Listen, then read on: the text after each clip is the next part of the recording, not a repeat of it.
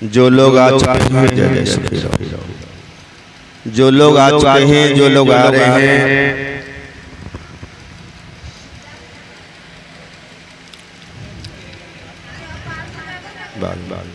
बाद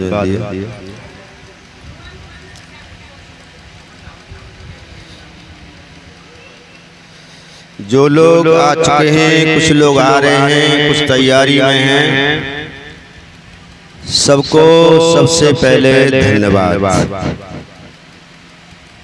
क्योंकि अपने आपने कीमती समय निकाल करके और ऐसी गर्मी में खर्चा करके दूर दराज से गुरु से मिलने के लिए आए हैं आप,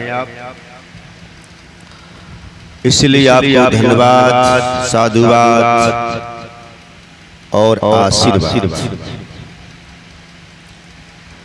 बड़े ही भाग्य का विषय होता है जिनको एक वर्ष के बाद गुरु पूर्णिमा का पर्व देखने को मिल जाता है। न जाने कितने लोग नए पुराने हो जाते हैं। एक एक पल, एक एक घड़ी बेशकीमती है। इसका सदुपयोग वही लोग करते हैं जो सच्चे गुरु भक्त, ईश्वर भक्त होते हैं और अपने जीवन का महत्व समझते हैं। क्योंकि मानव देहो दुर्लभ, देही नाम छड़ भंगुर। मनुष्य का तन इसीलिए नहीं मिलता है कि हम अच्छा खाएं, अच्छा पहने, अच्छे ठाट बाट में रहें, अच्छी शौक मौज में रहें, अच्छा ग्रस्त बसाएं और परिवार, ये सारे काम तो हम अन्य योनियों में करते हैं। आप गौर करके देखो, हम तो मनुष्य हैं, लेकिन मनुष्य से ज्यादा ये सारी जो बड़ी बड़ी कोठियों डल्लब के गद्दों पे सोता है, क्रीम का दूध पीता है, बिस्कुट खाता है, एरोप्लेन में घूमता है, दो तीन बार उसको बड़े बड़े साबुनों से उसे नहलाया जाता है। जरा भी उसको पीड़ा होती तो विदेशी डॉक्टर से इलाज कराते हैं। तो वो हम तुमसे ज्यादा सुख पा रहा है। तो ये सारे सुख हमने प्राप्त किए मनुष्य जन्म लेकर के, तो कुछ नहीं किया। ये सारे सुख प्राप्त करने के लिए मानव तन मिला ही सच्ची है। और जो इस बात को जानते हैं कि मानव तन मिला क्यों है, वही परम ज्ञानी है, वही परम भक्त है, वही उस परम लक्ष्य को पाएंगे। बाकी सब इस माया रूपी चक्र में पिस करके खत्म हो जाए। ये बात बड़ी गहराई की है। लेकिन बात ये आती है कि हम अपने जीवन का उद्धार करने के लिए, उसे लक्ष्य की ओर ले जाने के लिए समय कब निकालें, कैसे निकालें? तो समय कभी नहीं निकलता, समय कभी निकाला जा ही नहीं सकता।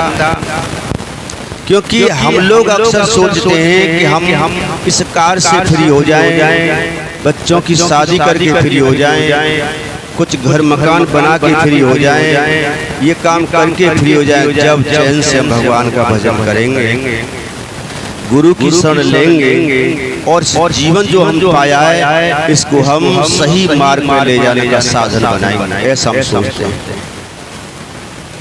लेकिन वो समय कभी आने वाला है ही नहीं। कहते हैं जब तक रहेगी जिंदगी फुर्सत न होगी काम से। इसीलिए मैं ये कहता हूँ कि भोगों से हम दूर जा ही नहीं सकते, क्योंकि हमारा तुम्हारा प्राकट्य, हमारा तुम्हारा जन्म भोगों से हुआ है। संसार रूपी दलदल, भोग रूपी दलदल में हम तो पैदा हुए हैं और इसी में हमें ऊपर उठ करके अपना उत्थान करना है। ऐ जे कमल जैसे कमल गंदगी में, कीचड़ में, पानी में पैदा होता है, उसकी उत्पत्ति गंदगी से है, लेकिन वो कमल है हर पल ऊपर ही रहता है, कभी पानी में कमल डूबता नहीं। तो भोगों के साथ ही हम योग से जुड़ते चले, योग से हम जुड़ जाएंगे तो ये भोग रूपी जो हमें सुख दिख रहे हैं ये वाकई में दुख है, यहाँ सुख है ही नहीं। संसार दुखालय, संसार में सिर्फ दुख ही दुख है, हर सुख के पीछे दुख छुपा है। जब जीवन में कोई सुख आता है जिसे हम क्षणिक सुख मान लेते हैं, सुख आता है तो उसके पीछे दुख चला आता है, यानी ये कहिए दुख सुख का मुकुट पहन करके आता है। यदि हमने उसका स्वागत नहीं किया और उसके डर के मारे दरवाजा बंद कर लिया तो वो खिड़की तोड़ करके आएगा, क्योंकि जिस तरह से दिन के पीछे रात है, सुबह के पीछे शाम है और सुख के पीछे दुख लगा। तो ये चीज हम दिल से निकाल लेंगे, हम ये समय निकालेंगे जब इसीलिए जीवन में तुम गृहस्थ के सारे काम करो। मेरे जितने शिष्य हैं, मैंने आज तक किसी को ये नहीं कहा कि तुम ये चीज छोड़ दो। बहुत से लोग गुरु लोग कहते हैं तुम ये काम करते हो छोड़ना पड़ेगा, तुम ये फल खाते हो छोड़ना पड़ेगा। फल छुड़वाते हैं गुरु लोग, फल खाने की चीजें का छोड़ने की चीजें, वो फल नहीं छोड़ना। हम जब पूजा पाठ धन दान धर्म करते हैं उसका फल छोड़ना, उसकी फल की इच्छा नहीं करनी है ना। ये भगवान कहते हैं कर्मण्येवाधिकारस्ते मा फलेषु कदाचन। अगर फल की इच्छा रहकर हम काम करेंगे, कर्म करेंगे, धर्म करेंगे, सेवा करेंगे, दान करेंगे, कुछ करेंगे तो फिर उसका भोग भोगेंगे। भोग भोगने के लिए हमको कोई न कोई योनि धारण करनी पड़ेगी। भगवान इसलिए कहते हैं उसके फल की फल तो मिलता है। किसी मालिक का तुम मजदूरी करो, तुम न सोचो, लेकिन शाम को तुम्हें पेमेंट तो मिलेगी। तुम दिन भर सोचते रहो पैसे मिलेंगे मिलेंगे मिलेंगे तो भी कोई फायदा नहीं सोचो तो भी फायदा, वो तो मिलेंगे। फिर काय को पूरे दिन चिंता में लगे रहो पैसे मिलेंगे कि नहीं मिलेंगे, क्या मतलब।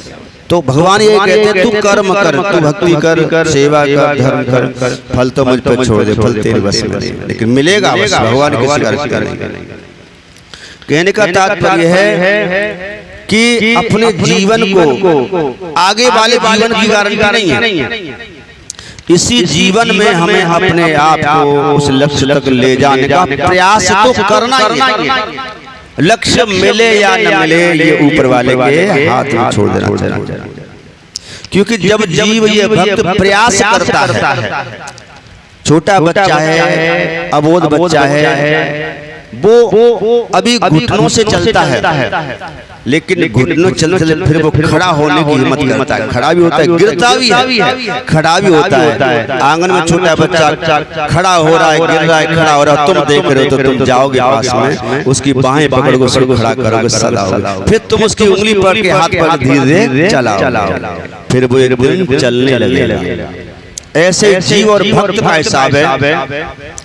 भक्त को प्रयास करना पड़ेगा, खड़े होने का प्रयास करना पड़ेगा, चलने का प्रयास करने फिर चला तो भगवान देता है। कथा से सीखिए। जब भक्त सुदामा प्रेरणा दी गई, क्योंकि हम तुम किसी न किसी प्रेरणा के कारण ही जुड़ते हैं। आपने गुरु को देखा, आपने किसी सुना, आप किसी इम्प्रेस हुए, आपने किसी शास्त्र में बातें सुनी, कभी गुरु जीवन में जरूरी है, भक्ति जरूरी है। तो कहीं से प्रेरणा मिली और प्रेरणा कारण हम भगवान से गुरु से जुड़ जाते। तो सुदामा को भी प्रेरणा उनकी पत्नी से ही मिली, भगवान को जाना चाहिए। सुदामा चले लेकिन नहीं चले पाए, अंत में थक गए और एक जगह विश्राम कर लिया, आंखें बंद हो गई। अब भगवान का दायित्व बनता है कि भक्त ने प्रयास किया, चलने लगा, अब मेरा फर्ज है कि भक्त को अपने पास उस लक्ष्य तक पहुंचा दूं। तो स्वयं कन्हैया जाते हैं और अपने भक्त सुदामा को अपने धाम में बुला लेते हैं। यही कहते हैं मोह को बढ़े जो एक डग, मैं बढ़ियाऊं 60 और जो तू हटेगो एक डग तो लोहे की लाठ। तो हम यही कहते हैं भाग्य से हमको समय मिल जाएगा, भाग्य से हमें व्यवस्थाएं मिल जाएंगी, लेकिन भजन के लिए तो बैठना पड़ेगा। भाग्य से अच्छा साउंड मिल जाएगा, कूलर मिल जाएंगे, पंखा मिल जाएंगे, नीचे गद्दे बिछे मिल जाएंगे, लेकिन कथा के लिए समय देना पड़ेगा। तो भाग्य से अच्छे गुरु मिल जाएंगे, अच्छी समय व्यवस्था मिल जाएगी, लेकिन गुरु के वचनों पे चलना पड़ेगा। भाग्य से अच्छा विद्यालय मिल जाएगा, अच्छे टीचर मिल जाएंगे, समय फीस भर दी जाएगी, अच्छी किताबों की व्यवस्था हो जाएगी, लेकिन पढ़ना पड़ेगा। इसीलिए सब कुछ कर्म से भाग्य से मिल जाएगा, लेकिन भक्ति, भजन और मोक्ष मुक्ति अपने शरीर का उत्थान ये भाग्य से नहीं मिलेगा, भाग्य से गुरु मिल सकते हैं। इसके लिए हमको प्रयास करना पड़ेगा, पुरुषार्थ करना पड़ेगा, तब जाकर के चीज मिलेंगी, ये भाग्य से नहीं मिलेगी। तो हमें सबसे पहले ये बात है कि मानव का तन हमें इसलिए मिला है कि हम ऐसा कुछ कर लें, ऐसा कुछ कर लें कि हम ब्रह्म बन जाएं, नारायण बन जाएं, दोबारा दुख रूपी संसार में ना आए। अगर इतना न हो सके संसार में आना पड़े तो ऐसे बन करके आए, क्या भक्ति करें, ज्ञान करें, और कोई भी सदगति हमारे जीवन में न हो। ये दो चीज, या तो भगवान के धाम की प्राप्ति कर लें, काश इतनी भक्ति नहीं हो पाई, प्रयास किया बच्चे ने एग्जाम में बैठने का, पढ़ाई की, परीक्षा के लिए 1 नंबर से फेल रह गया, तो उससे दोबारा चांस मिलेगा, लेकिन दोबारा चांस की तैयारी करनी पड़ेगी।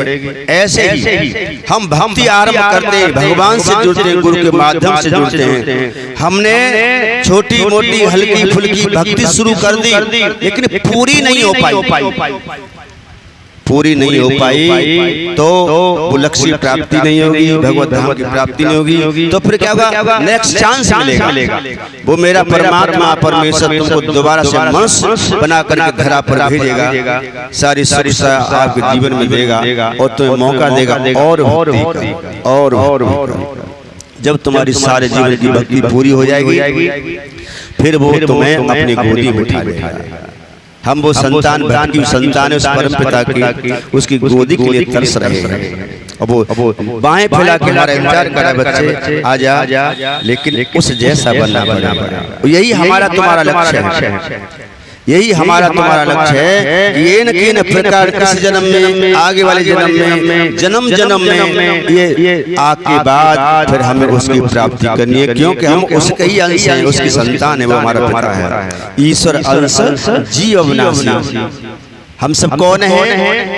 हम सब आत्मा है, और आत्मा परमात्मा का अंश है। तो जैसे सागर से सागर से लहर होती है तो लगता अलग जा रही है, लेकिन अलग नहीं जाती, वो उसके बाद सागर में ही मिल जाती है। इसलिए हम सागर की लहरें हैं, हमारा उसके बिना कोई वजूद नहीं है, और उसमें मिलकर फिर महासागर ही बन जाते हैं। तो हमें सागर की लहरें नहीं, हमें महासागर ही बनना, यही हमारा लक्ष्य है, और यही हमारा टारगेट है, यही अंत हमारा पड़ा है। तो मनुष्य जीवन हमारा धन्य जब ही होगा जब यज्ञ के प्रकार गुरु के बताए मार्ग पर चले, और अपने जीवन को पहचाने, और अपने जीवन के लक्ष्य को पहचाने, और गृहस्थ के कार्य करते हुए, गृहस्थ में, समाज में, परिवार में दुख भी आते हैं, सुख भी आते हैं, समय समय पे सारे थपेड़े आते रहते हैं, हम विचलित भी हो जाते हैं, लेकिन फिर भी हमें हर स्थिति में भगवान को याद रखना है, भगवान की प्राप्ति के लिए निरंतर प्रयास करते रहना है। प्रयास कब पूरा होगा, ये उस परमात्मा के ऊपर छोड़ दीजिए। हम प्रयास करेंगे तो अवश्य वो एक दिन हमारे प्रयास को पूरा करेगा। सबसे महत्वपूर्ण बात यह है, जिन के गुरु हैं, सबके गुरु हैं ना बेटे, और जहाँ तक मेरी आवाज जा रही है वो लोग भी सुन रहे हैं। गुरु जीवन में सबके होने चाहिए। एक देहधारी गुरु होता है, एक वैदेह गुरु होता है। यो शिव सह गुरु यो गुरु सह शिव। शिव ही गुरु है, गुरु ही शिव है, जरा भी शिव गुरु दो एक है, अंतर नहीं नहेश। अलख निरंजन ब्रह्म ही प्रकटे बन गुरु। वो अलख निरंजन निराकार ब्रह्म ही गुरु का रूप, ज्ञान का अवतार है। ज्ञान का अवतार है गुरु। गुरु का कोई रूप नहीं, कोई नाम नहीं, कोई बड़ नहीं, कोई पहचान नहीं, केवल ज्ञान। इसलिए कुछ लोग कहते हैं कि पानी पियो छान के गुरु बनाओ जान के, कहते हैं, सुनते हो ना। लेकिन गुरु को कभी जाना नहीं जा सकता। पानी छान के पीने योग्य हो जाएगा? नाले का पानी ले आओ, 4 बार छान लो, पीने को हो जाएगा? फिर कैसे कह दिया पानी पियो छान के? इसलिए पानी पियो जान पीने योग्य है, और गुरु बनाओ ज्ञान जो हमारे कल्याण कर सके, ऐसा गुरु होना चाहिए। गुरु को कोई जान नहीं जा सकता। भगवान नहीं जान पाए गुरु को, तो हम क्या जान सकते हैं? क्योंकि गुरुर ब्रह्मा गुरुर विष्णु गुरुर्देव महेश्वरा गुरु साक्षात परब्रह्म तस्मै श्री गुरुवे नमः। गुरु से शुरुआत है, गुरु से मध्य और गुरु से अंत है। ब्रह्मा से शुरुआत है, विष्णु मध्य और शिव अंत है। तो गुरु को कोई जान नहीं सकता, उसे मानना पड़ेगा और इतना देखना पड़ेगा कि हमारे अनुरूप है कि नहीं। वैसे गुरु के अनुरूप बनना हमें चाहिए। गुरु तुम्हारे अनुरूप बन जाए, तुम्हारा सौभाग्य। तो आप सबके गुरु हैं। गुरु मंत्र किस किस को याद है? कौन कौन भूला जो बताओ, कौन कौन भूल गया? याद है? हाथ खड़ा करो जिनको गुरु मंत्र याद है। मैं पूछ लूंगा। अच्छी बात है, क्योंकि गुरु मंत्र ही सबसे बड़ी शक्ति है।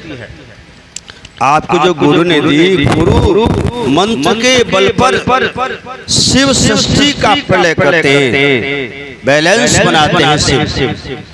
गुरु मंत्र के आधार पर विष्णु सारे ब्रह्मांड का पालन करते हैं।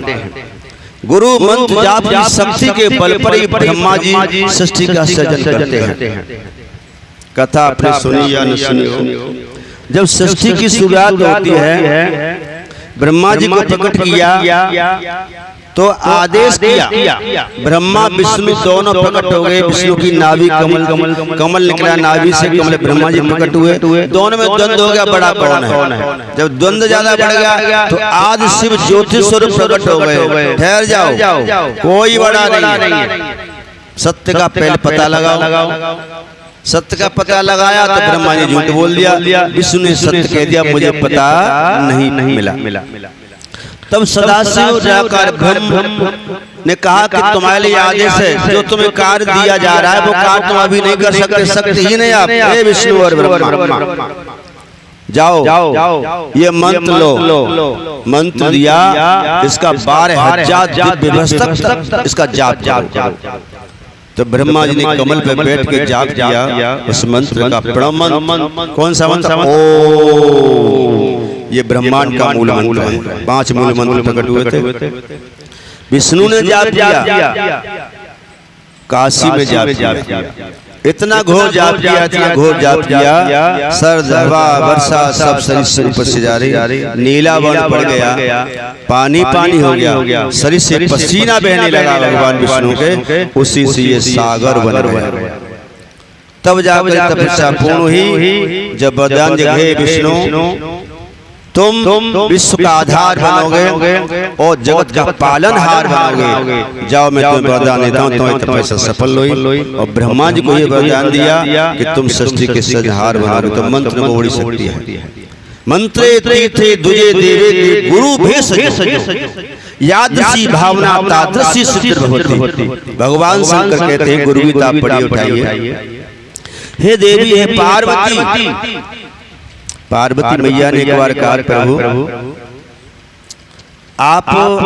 आपको अमर बताते हैं और हमने कितनी बार मर गए, तो ऐसी तुमने कौन सी अमरवती खाई ली जो तुम मरे न कबू? शिव बोले, देवी आज मैं तुम्हें वो गूढ़ कथा सुनाता हूँ।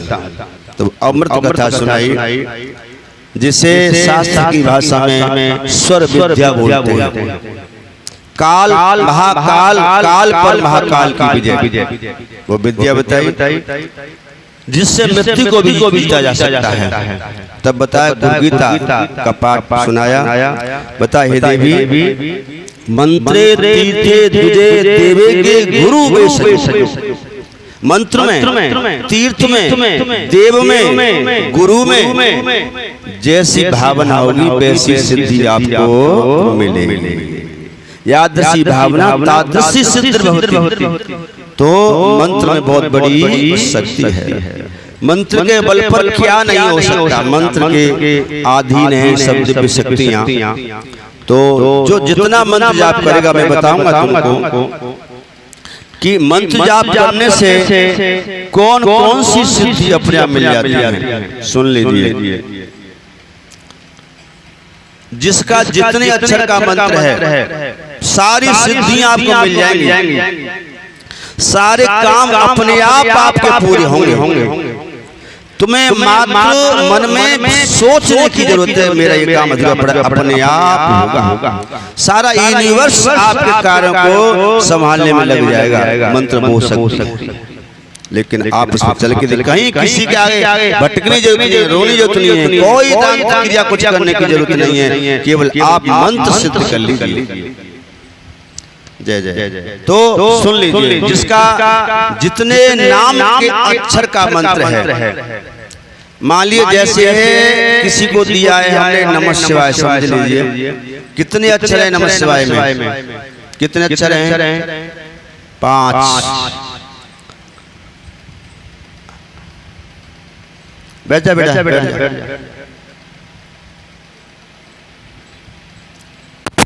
तो 5 अक्षर मान लीजिए, 5 अक्षर का मतलब है तुमने 5.25 लाख बार मंत्र जाप कर लिया। कैसे भी क्रमबद्ध काउंटिंग कैसे भी करके, तो 5.25 लाख बार आपने मंत्र जाप कर लिया तो आपका इष्ट सिद्ध हो जाएगा। इष्ट सिद्ध उसके सामने मन से दोहराने की बात है, वो ऐसे पूरा कर आपकी वाणी सिद्ध हो जाएगी। हम में तुम्हें बस यही फर्क है, हमने अपना इष्ट सिद्ध किया है। लाखों बार नहीं, करोड़ों बार हमने जाप किया है। जिसको जो बोला जाता है, जो कहा जाता है, वो ऐसे सिद्ध होता है। कल देख लो, बादल की बात आई, बादल आए, बरसाई। तो बताया था हमने, क्योंकि ये मेरे सामर्थ्य नहीं है, ये मेरे इष्ट में सामर्थ्य है। इष्ट कभी भी वचन को टाल ही नहीं सकता, क्योंकि उसका वचन है वो बन जाता है। मोर वचन चाहे पड़ जाए फीका, और भक्त वचन पत्थर की लीका। आप भी ऐसे हो जाओगे। तो बताया कि अपने मंत्र का जो 1 करोड़ बार जाप कर, कोई असंभव बात नहीं है। मनुष्य क्या नहीं कर सकता। 1 करोड़ बार जाप कर लेता है मंत्र का, तो तन पवित्र और सारे पाप उसके अंदर से निष्पाप हो जाता है। जो जाने जाने पाप होते हैं वो सब खत्म हो जाते हैं, और सतोगुण की वृद्धि बढ़ जाती है। तमोगुण, रजोगुण और सतोगुण। जब सात्विक प्रवृत्ति बन जाएगी, सतोगुण बढ़ जाएगा, तो आपके आगे इंद्र हाथ जोड़े खड़ा होगा, आइए देवलोक में आपका स्वागत है। जब सतोगुण बढ़ जाता है तो देव प्रवृत्ति हो जाती है, देवता प्रवृत्ति, तो देवलोक के दरवाजे खुल जाते हैं। ये शिवपुराण कह रहा है, ये भागवत कह रही है कि 1 करोड़ जाप कर लेता है मंत्र का, उसके लिए देवता दरवाजा खोल के खड़े होते हैं। वो सात्विक की प्रवृत्ति उसकी बढ़ जाती है, देव प्रवृत्ति बन जाती है, और स्वप्न में उसे देव दर्शन होता है। कोई रोग नहीं होता, शरीर स्वस्थ हो जाता है। अगर प्रारब्ध के कारण कोई रोग हो भी जाता है तो वो अपने आप ही खत्म हो जाता है। और सबसे ज्यादा उसका जो बहुत सहन शक्ति हो जाती है, बिल्कुल शांत हो जाता है। ये उसका स्वभाव बदल जाता है। अब कितने दिन में आप जाप करोगे? 2 करोड़ जाप कर लेता है तो प्रारब्ध के कारण कितनी भी उसके प्रारब्ध में भोजन में गरीबी हो, वो धनवान हो जाता है। अक्षय धन उसके यहाँ धन के भंडार भर जाते हैं, स्वयं लक्ष्मी उसके यहाँ वास करती है। शिव पुराण और भागवत कथा कहती है 3 करोड़ जाप करने पर हृदय पवित्र होता है और इंद्र के समान विधि होता है। इंद्रियां उसके अनुसार काम करती हैं और इंद्रियों पर वो विजय प्राप्त कर लेता है, अर्थात संसार का वो प्रिय बन जाता है। सारा संसार उसका गुणगान गाता है।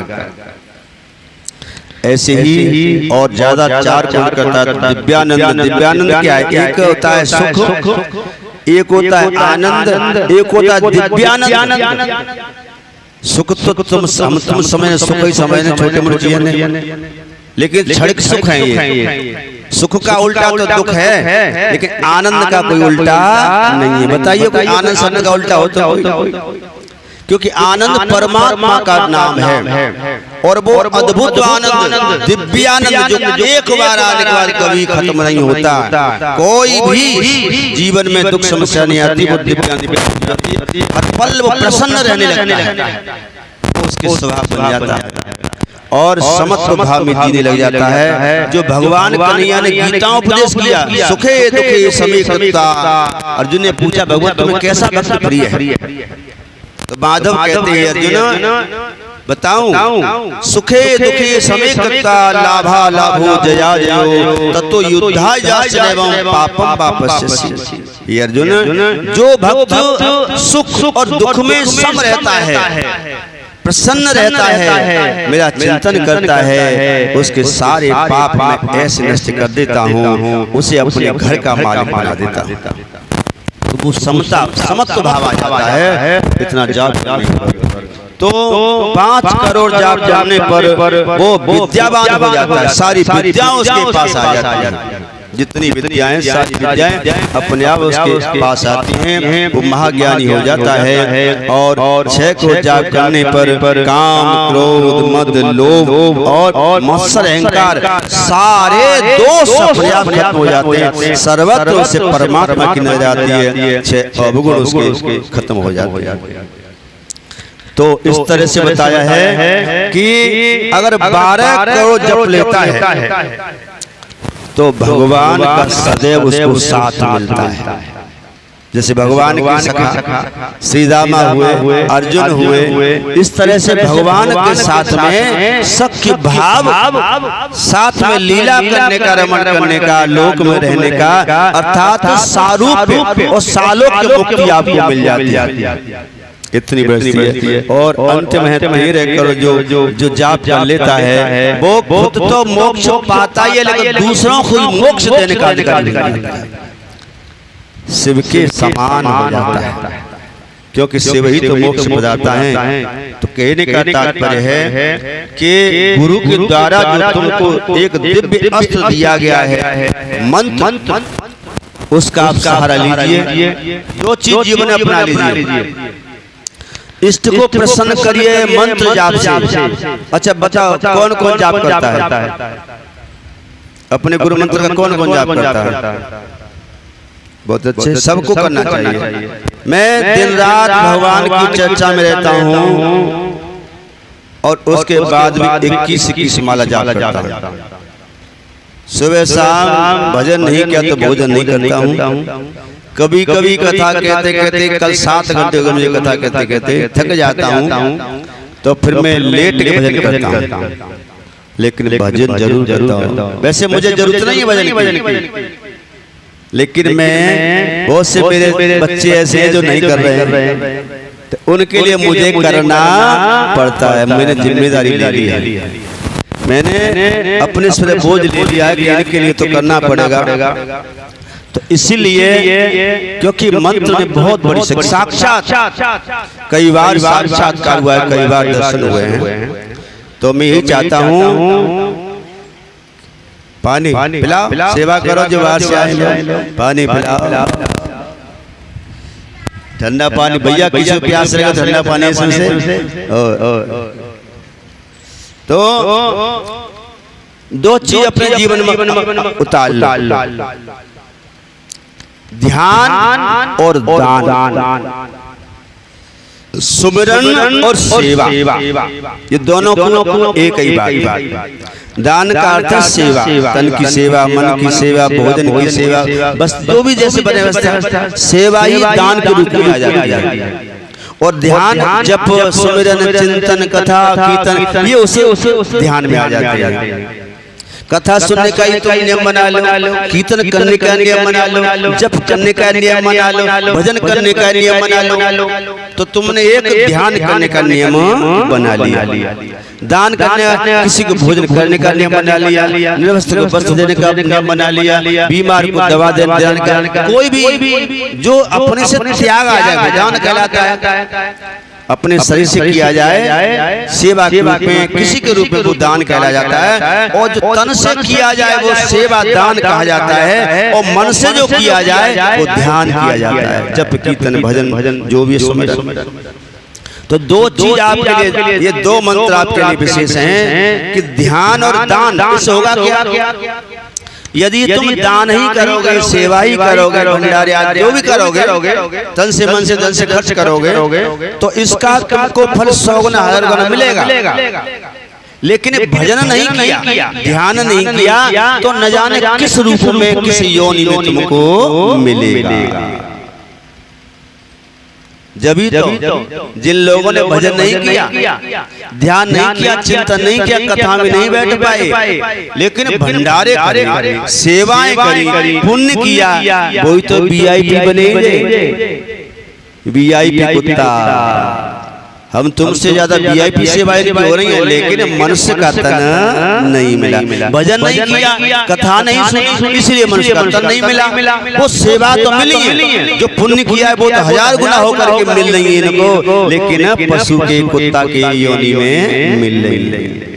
इसलिए हम सेवा दान जो हमारा किया है वो हमें मिले, और मनुष्य के रूप में मिले, तो फिर भगवान का ध्यान भजन करो। क्योंकि भजन करोगे तो भगवान फिर से तुमको चांस देंगे। लाला, तेरी तपस्या, पूजा पाठ, जप, भजन शुरू तो किया, लेकिन पूरा नहीं हो पाया। जा, मैं तुम्हें और चांस दे रहा हूँ, जा, तुझे मनुष्य बना रहा हूँ, तो फिर से आरंभ करना।